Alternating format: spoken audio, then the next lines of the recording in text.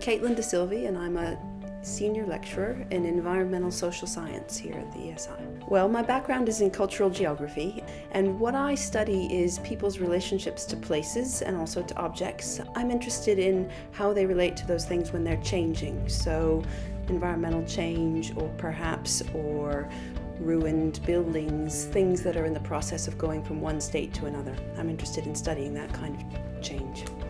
Some of the kinds of places that I study are things like Cornish harbours that are threatened with sea level rise and may have to be abandoned or decommissioned. But I also work in heritage contexts, so I look at heritage sites where we might be stretched to have the resources to maintain them in perpetuity and try to think about how we might interpret their change rather than trying to keep them permanently present.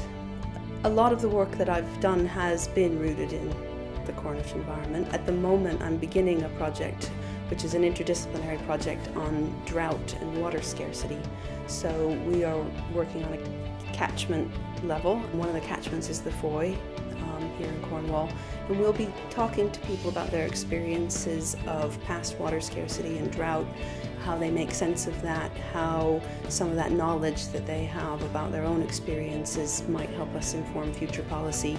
I mean, one of the things that I really appreciate about being in the ESI is that I have the opportunity to coordinate our creative exchange program, and through that program we encourage collaborations between ESI researchers and artists and creative practitioners, and so we have some amazing collaborations that have formed, and that's just been an incredibly fruitful way of sharing ESI research with a wider audience, but also having my colleagues here in the ESI appreciate that there are different ways of making knowledge and also presenting that knowledge.